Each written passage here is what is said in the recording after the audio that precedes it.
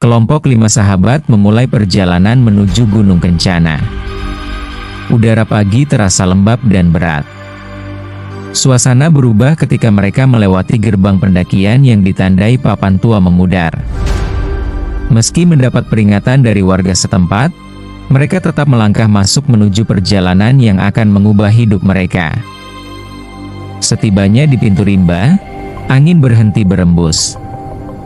Hening yang tidak wajar menyelimuti hutan. Sinta merasakan hawa berat seolah banyak mata tak terlihat sedang memperhatikan. Kabut tipis mulai membentuk dinding samar yang menghalangi pandangan mereka. Rama menemukan jejak besar yang tidak menyerupai kaki manusia. Tanah di sekitarnya menghitam seperti terbakar. Tanda-tanda aneh ini tidak membuat Ardi gentar, meski yang lain merasakan tekanan sekam gaib yang menebal. Persimpangan asing muncul meski tidak tercatat dalam peta jalur resmi. Tanpa mempertimbangkan risiko, Ardi memilih jalur itu. Begitu mereka masuk, suara hutan menghilang. Seolah seluruh makhluk hidup enggan mendekat ke lintasan tersebut. Pohon-pohon tinggi berlumur kabut berdiri rapat, menciptakan lorong yang menyesakkan. Bayangan gelap sesekali bergerak di belakang pepohonan, memicu rasa takut yang sulit dibendung. Langkah kaki asing terdengar mengikuti mereka. Suaranya berat, namun tidak terlihat siapapun. Semakin lama, suara itu terasa semakin dekat dan menyesakan, membuat Bayu kehilangan kendali atas ketenangannya. Sebuah batu besar dengan ukiran kuno menghalangi jalur.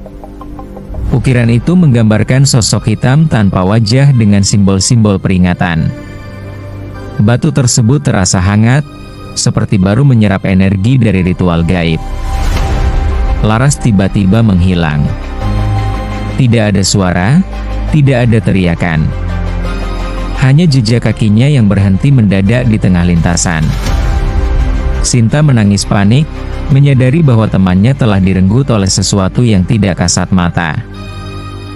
Lingkaran ritual tanah merah kecoklatan muncul di hadapan mereka. Suara lantunan mistis tanpa sumber mulai menggema, memengaruhi pikiran dan membuat pandangan mereka berputar. Sosok hitam tanpa wajah muncul dari kabut. Tubuhnya seperti asap pekat menggantung tanpa bergoyang.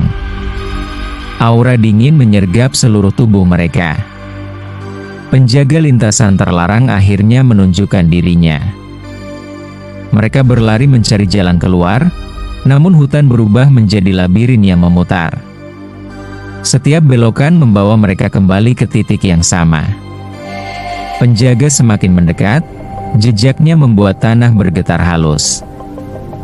Dalam ketakutan, Sinta melihat kilasan masa lalu jalur itu. Ia melihat ritual persembahan, suara permohonan, dan sosok penjaga yang menuntut batas dihormati. Jalur itu ternyata bukan untuk dilalui manusia biasa.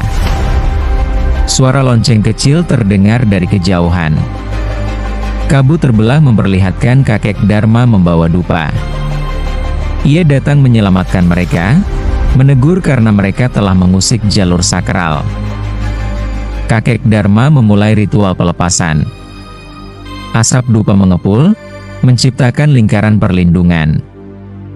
Penjaga jalur berhenti mendekat dan perlahan memudar, tetapi tetap mengawasi dari kejauhan. Mereka berhasil keluar dari hutan, namun tidak semuanya kembali. Laras hilang selamanya. Keheningan gunung menandai akhir perjalanan mereka. Ardi berhenti mendaki, dan Sinta tidak bisa melupakan tatapan kosong penjaga jalur.